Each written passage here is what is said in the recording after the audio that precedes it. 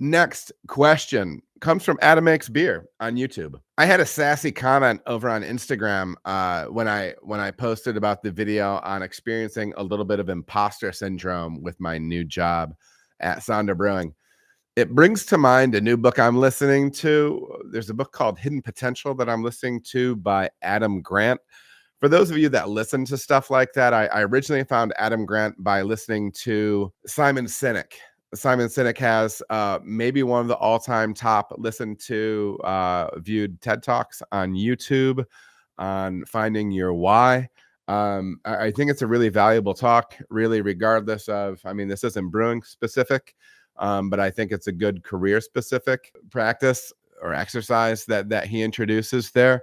Really good stuff. So I found Adam Grant through that. And in that video, when I was talking about imposter syndrome, I was talking about some of the challenges of starting at Sonder. The automated system, larger automated system that I had not used before. That stuff doesn't come native for me. That takes a little time for me to learn. The fact that everything's a metric is a change. They have very well-defined SOPs.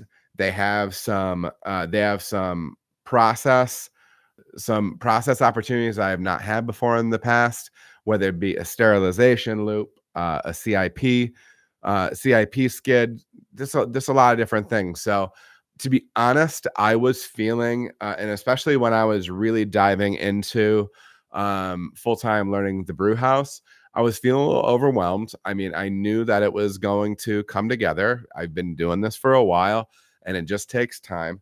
But I started listening to this book, man, Hidden Potential. I'm not going to recommend it or anything. I'm only like 2 chapters in, but they mentioned something really interesting, and I wanted to pass it along to all of you. This is not so much brewing, but just a little bit more life career type stuff. And you know, this stems directly out of what's coming out of my brewing career right now. He talks about people that are polyglots, people that have the ability to speak, read, write multiple languages, and they just seem to pick it up and things like that.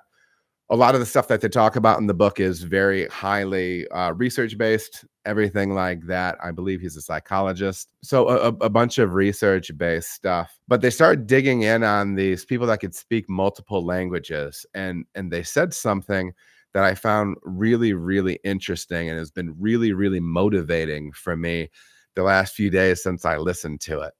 And I think it's going to motivate me going forward for a little bit.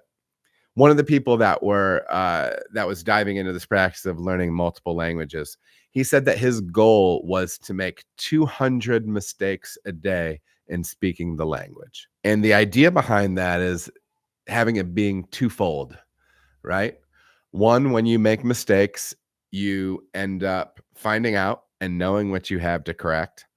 But 2, you desensitize yourself to the embarrassment of making mistakes, because ultimately it's making those mistakes that is leading to the learning.